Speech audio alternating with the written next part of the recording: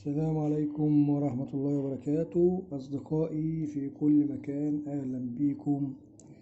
عيد سعيد علينا وعليكم يا رب، وربنا يعيد علينا الأيام الجميلة دايما إن شاء الله، وربنا يفك أسر الفلسطينيين ويفك أسر السوريين ويفرجها على الجميع إن شاء الله ويصلح الحال. النهاردة هنتكلم عن عطل كده هنصلحه مع بعض مباشرة. العطل ده كان فيه مشكلة في ترياك الصمام تقريبا، ماشي. فاحنا يعني بنبحث كده في هذا المكان، لقينا ان المقاومة زي ما انت شايف المقاومة مسودة كده، شايف المقاومة مسودة. عشان اعرف المقاومة دي هي مقاومة البوابة، عشان اعرف مقاومة بوابة الترياك، عشان اعرف قيمة المقاومة دي. طبعا المقاومة دي هتديني قراية مش مظبوطة، فانا بجيب الترياك اللي جنبه وبشوف المقاومة بتاعت البوابة بتاعته واقيسها، وبكده عرفت ايه قيمة المقاومة. فطلعت 200 اوم، والترياك نفسه هغيره طبعا، هغيره بترياك لو القراية مكتوب عليه كويس هجيب واحد زيه، لو مش مكتوبة بجيب نفس القراية اللي على الترياك اللي جنبه. ودي ميزة في كروت الغسالات، ان هي بيبقى فيها حوالي 4 ترياكات نفس الفصيلة، يعني ترياك الصمام، ترياكين بتوع الصمام، ترياك الترومبة ممكن تلاقي نفس القيمة نفس القدرة يعني.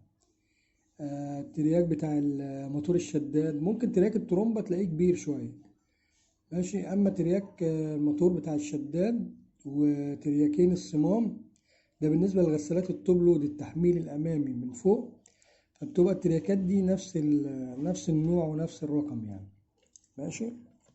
فاحنا لو جينا قيسنا ادي الترياك اهو 3 ارجل، ادي 1 ادي 2 ادي 3، ادي 1 ادي 2 ادي 3. في رجل اهي هتلاقيها جايه بص من خط كبير، ماشي، وهتلاقي في ترياك جنبه ادي 1 2 3 واخد برضه من نفس الخط، يبقى دي فردة الدخول، يبقى دي فردة الكهرباء.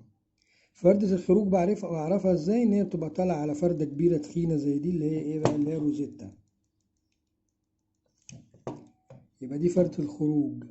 اذا انا حددت الفردة التالتة ان دي فردة البوابة، المقاومة اللي جنبها ايه، يبقى دي مقاومة ايه، مقاومة البوابة بتاعتها جاية من على الطرف عليها، تمام. طبعا انا عشان اقيسها مش هتديني قياس مظبوط لان دي محروقة، فانا بقى ايه اشوف الترياك اللي جنبها اللي هو ده، ادي ال3 فرد بتاعته اهي، ودي فردة دخول الكهرباء برضه، ودي فردة الخروج اللي طالعة على روزيتا اهي،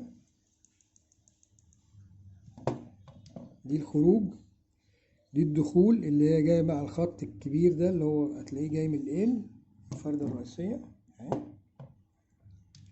يبقى الفردة التالتة في الترياك ده هي فردة البوابة، ابص الاقيها جاية بص من على مقاومة، بقيس المقاومة، هنقيسها مع بعض المقاومة دلوقتي.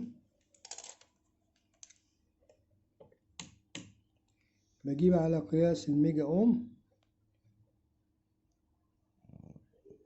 على قياس الميجا اوم، ماشي، تمام. وأقيس المقاومة، بتقيس معايا كام؟ 197 200 اوم تقريبا يعني. طيب انا كده عرفت بقى المقاومة اللي عندي التانية المحروقة دي اهي، واما اجي اقيسها برضو ممكن تديني قياس يعني برضو قريب من ايه، بص هي عشان بايظة قاست كام 326، فهنغيرها بقى طبعا وهنغير الترياك ونكمل الفيديو ان شاء الله بعد ما نخلص. التلفة اللي كانت في الكارت اهي، وزي ما انت شايف يعني هنقرب الكاميرا كده الاحتراق باين، والترياك حتى فيه كسر، يعني دايما الترياكات الصغيرة دي بتبوظ بتتكسر، يعني بتضرب وبتتكسر. اما المقاومة فهتلاقيها محروقة مسودة يعني. يبقى احنا عندنا كده الترياك ده هنغيره، ودي مقاومة البوابة في حدود 200 اوم، يبقى كده ايه يعني 220 اوم مثلا، ماشي. يبقى احنا كده ايه هنغير الترياك وهنغير المقاومة، تمام. هنجيب بقى كارتة شكلها بالظبط 3 شاشة برضو، وهنطلع منها المكونات. طيب طبعا انا هقيس دلوقتي مقاومة البوابة، ماشي، وهنقيس الترياك. ده الترياك اهو، 1 2 3 اطراف الترياك اللي احنا ايه هنشتغله، ماشي. ودي ار 35 دي ولا ار كام دي؟ ار 53. ار 53 هي دي المقاومة اهي، اولها وهي اخرها. المقاومة هنقيسها هتكون عاملة حوالي 270. طيب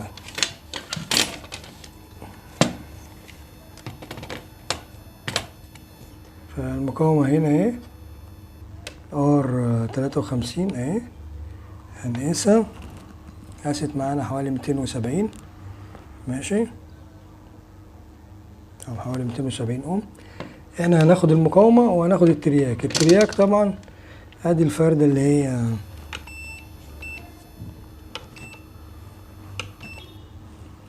دخول الكهرباء، الترياك اهو، دي فردة دخول الكهرباء الرئيسية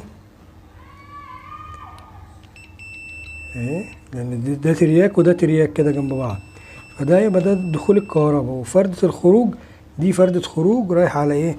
على روزيتا زي ما اتفقنا. ودي فردة خروج رايحة على روزيتا، دي فردة خروج رايحة على روزيتا اهي اهي. ودي فردة خروج رايحة على روزيتا اهي برضه، تمام كده، ماشي. يبقى دي فردة البوابة، دي كده فردة البوابة هتلاقيها داخلة على المقاومة اهي، بص على دخول المقاومة. والمقاومة زي ما احنا قيسنا هتقيس 270 اوم. انا هاخد المقاومة دي وهاخد الترياك ده، ماشي. دي المكونات الجديدة او المكونات، دي المكونات طبعا اللي طلعناها من الكارتة اللي شغالة. شوف الترياك طبعا سليم اهو، ماشي. دي فرد دخول الكهرباء، فردة دخول الكهرباء. الطرف التاني ده الخروج، اللي في النص البوابة طبعا ده زي القديم. المقاومة حوالي 260 اوم.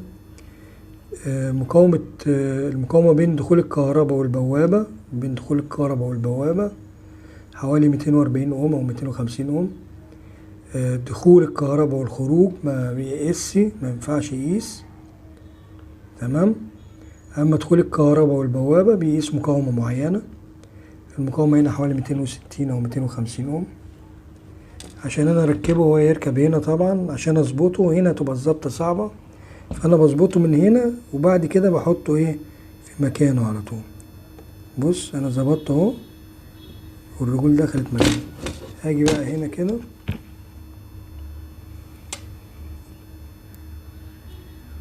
واروح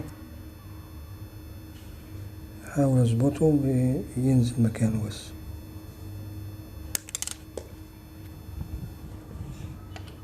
لما المكان بيبقى ضيق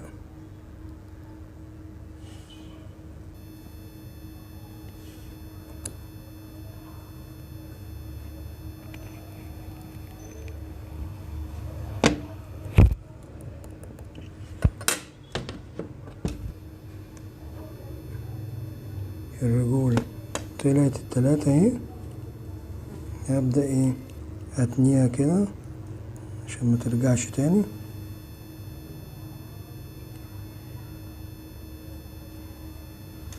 والحمه وبعد كده الحم المقاومة. نبدأ بقى نلحم،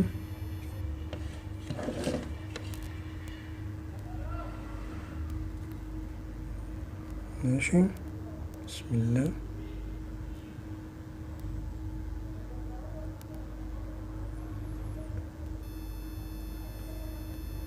اللحام زفر شوية، نديله المادة بتاعته،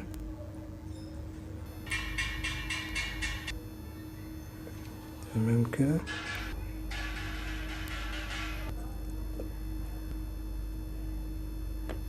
زيادة تأكيد بس كده، خلاص الترياك بتاعنا اتلحم. يبقى فاضل ايه المقاومة كده. ثبتنا المقاومة اهي مكانها، ماشي. هنيجي بقى ورا،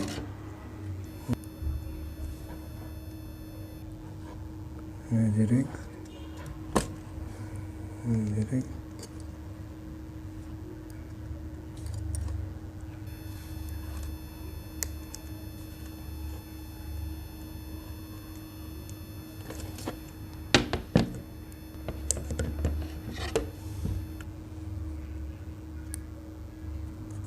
ترياك كده بالظبط.